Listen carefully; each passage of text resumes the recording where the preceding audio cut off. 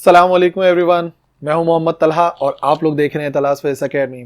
आज हम लोग कवर करने वाले हैं फर्स्ट ईयर का 14th लेक्चर और आज हम लोग एंड करेंगे हमारा चैप्टर नंबर 3 जो कि है मोशन।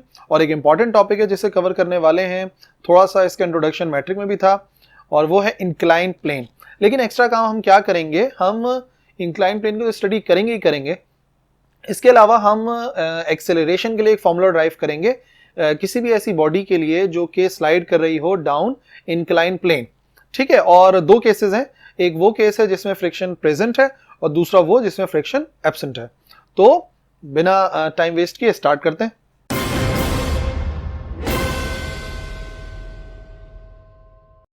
सो इंक्लाइन प्लेन की डेफिनेशन ये है कि कोई भी ऐसी सरफेस जो कि हॉरिजॉन्टल सरफेस के साथ कोई एंगल बनाती है उसे कहा जाता है इंक्लाइन प्लेन।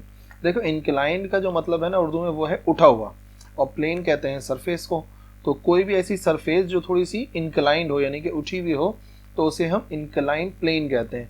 लेकिन शर्त यह है कि वो जो इंक्लाइन प्लेन है उसका एंगल 0 डिग्री से बड़ा होना चाहिए। 0 डिग्री तो मतलब हॉरिजॉन्टल हो जाता है, तो उससे बड़ा होना चाहिए, और 90 डिग्री जो कि वर्टिकल हो जाएगा उससे छोटा होना चाहिए। ऐसी किसी भी सरफेस को हम इंक्लाइन प्लेन कहेंगे। जैसे कि यहाँ पे नजर आ रहा है कि इंक्लाइन प्लेन जो कि एक बॉडी भी रखी हुई है इंक्लाइन प्लेन के ऊपर, और ये जो एंगल बन रहा है इस हॉरिजॉन्टल सरफेस के साथ, ये एंगल है थीटा। ठीक है, तो ऐसी सरफेस को इंक्लाइन प्लेन कहा जाता है। तो अब हमें करना क्या है, तो हमें एक्चुअली ड्राइव करना है फॉर्मूला फॉर एक्सेलरेशन।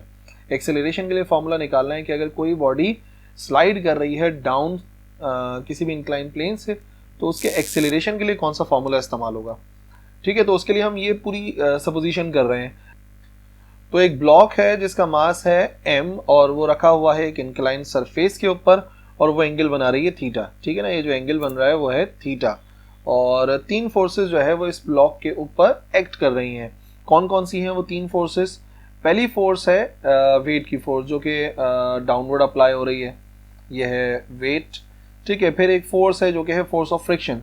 अगर तो देखो आमतौर पे अगर मैं इंक्लाइन प्लेन पे किसी बॉडी को रखता हूँ तो वो स्लाइड करती है डाउनवर्ड, तो उसको रोकने वाली जो फोर्स होगी, क्योंकि फ्रिक्शन का काम है अपोज करना, जो फ्रिक्शन है वो अप्लाई हो रही होगी इन द अपवर्ड डायरेक्शन, इस तरीके से जैसा मैंने दिखाया डायग्राम में। और फिर इस सरफेस का नॉर्मल रिएक्शन जो कि हमेशा नॉर्मली अप्लाई होता है, तो सरफेस के नॉर्मल यानी कि 90 डिग्री के ऊपर एक फोर्स अप्लाई होती है जिसे हम नॉर्मल रिएक्शन कहते हैं। तो इस ऑब्जेक्ट के ऊपर जिसका मास m है, 3 फोर्सेस एक्ट कर रही हैं, वेट है, फ्रिक्शन है और नॉर्मल रिएक्शन है। तो सबसे पहले हम क्या करते हैं कि हम इस वेट को इसके पार्ट्स में रिजॉल्व कर लेते हैं। तो देखो, वेट वैसे तो एक्ट कर रहा है डाउनवर्ड। ठीक है, अगर हम बिल्कुल किसी हॉरिजॉन्टल सरफेस पर हों तो हमारा वेट डाउनवर्ड एक्ट करता है, बट क्योंकि अभी हम एक इंक्लाइंड सरफेस पर हैं जो कि कुछ एंगल बना रही है हॉरिजॉन्टल के साथ, तो नतीजे में हमारे जो वेट है वो 2 पार्ट में ब्रेक हो जाएगा। एक होगा जो कि ये आ रहा है, ये है परपेंडिकुलर टू द सरफेस, और एक आ जाएगा ये वाला which is parallel to the surface. तो ये जो कंपोनेंट नजर आ रहा है W sin थीटा, ये एक्चुअली थीटा के सामने वाली साइड है, और ये जो है वो उस सरफेस के पैरेलल है। तो ये हो गया W पैरेलल, और इसी तरीके से ये जो कंपोनेंट नजर आ रहा है W cos थीटा वाला, ये उस सरफेस के परपेंडिकुलर है, तो उसको हम कह सकते हैं W परपेंडिकुलर। ठीक है, तो सबसे पहले हमें पता है cos थीटा बराबर होता है base upon hypotenuse. Base upon hypotenuse में हाइपोटेन्यूज वो साइड जो कि 90 डिग्री के सामने है, परपेंडिकुलर वो साइड जो कि थीटा के सामने है, और जो बच जाए वो हो गई बेस, और यहाँ पे जो साइड बची है वो है W परपेंडिकुलर। तो बेस अपॉन हाइपोटेन्यूज 90 डिग्री के सामने बन रहा है वेट, W डिवाइड हो रहा है तो जाके मल्टीप्लाई हो जाएगा, तो W परपेंडिकुलर का आंसर आ जाएगा W cos थीटा। इसी तरीके से जब हम अप्लाई करेंगे साइन थीटा, तो साइन थीटा होता है परपेंडिकुलर अपॉन हाइपोटेन्यूज। ठीक है, परपेंडिकुलर जो साइड होती है थीटा के सामने, और फिलहाल जो साइड थीटा के सामने है वो है W sin थीटा यानी कि W पैरेलल, उसी से हमने वैल्यू निकाली है। तो W पैरेलल की वैल्यू अलग करेंगे तो बराबर आ जाएगा W sin थीटा के। अच्छा, पहली बात ये है जो कि इस फिगर से भी क्लियर है कि अगर तो ब्लॉक जो है वो रेस्ट में है तो वो कंडीशंस ऑफ इक्विलिब्रियम को फुलफिल करेगा, यानी कि जो ऑपोजिट फोर्सेस हैं वो एक दूसरे के बराबर होंगी, एक दूसरे को बैलेंस करेंगी। तो फ्रिक्शन का काम है इस डायरेक्शन में लेके जाना, और इसके अपोजिट जो फोर्स नज़र आ रही है वो है वेट का ये वाला कंपोनेंट W पैरेलल, जो कि W साइन थीटा के बराबर है। तो हम लिख सकते हैं कि F is equal to W sine theta. ये दोनों फोर्सेस बराबर होंगी, यानी W पैरेलल और फ्रिक्शन बराबर होगा। और रिएक्शन किसको बैलेंस करेगा? तो देखो रिएक्शन अपवर्ड अप्लाई हो रहा है, रिएक्शन की ये वाली डायरेक्शन है, और इसको जो बैलेंस करने वाली फोर्स है वो वेट का ये वाला कंपोनेंट है, और इस कंपोनेंट को हमने कहा था W परपेंडिकुलर, जो कि W cos थीटा के बराबर था। तो R बराबर है W परपेंडिकुलर, यानी कि R बराबर हो जाएगा cos थीटा के।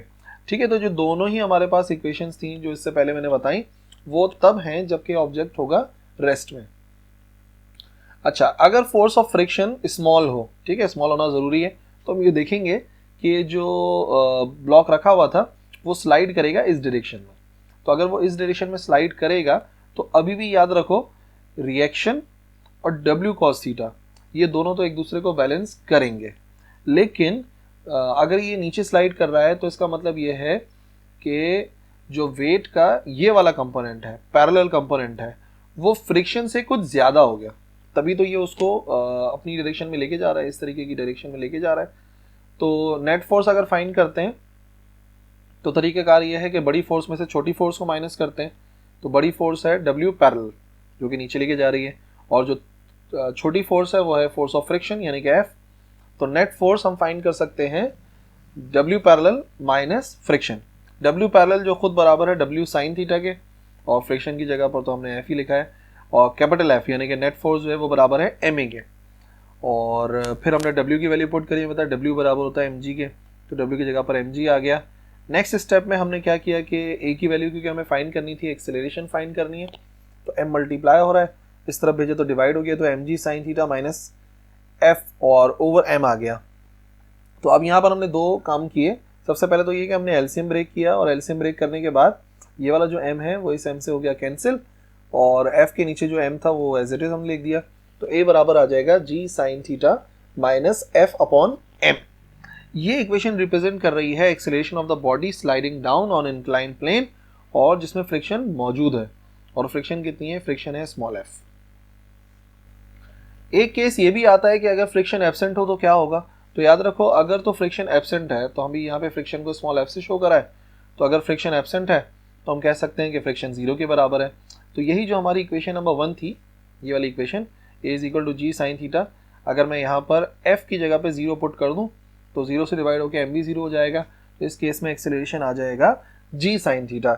यानी कि अगर कोई भी इंक्लाइन प्लेन है जिसमें फ्रिक्शन मौजूद नहीं है तो उस पर किसी भी बॉडी का जो एक्सेलरेशन है वो डिपेंड करेगा दो फैक्टर्स पे। एक तो हो गया वैल्यू ऑफ g, और दूसरा हो गया उस इंक्लाइन प्लेन के एंगल के ऊपर। सो आज के लेक्चर में इतना ही है। हमने आज स्टडी करा है इंक्लाइन प्लेन के बारे में और उस बॉडी के बारे में, उस बॉडी के एक्सेलरेशन के बारे में जो कि स्लाइड कर रही है डाउन ऑन इंक्लाइन प्लेन। जो भी क्वेरीज हैं उन्हें आप कमेंट्स में लिख सकते हो, मैं इंशाल्लाह रिप्लाई करूंगा। इस वीडियो के लिए इतना ही है, अगली वीडियो में मिलेंगे। अल्लाह हाफिज़।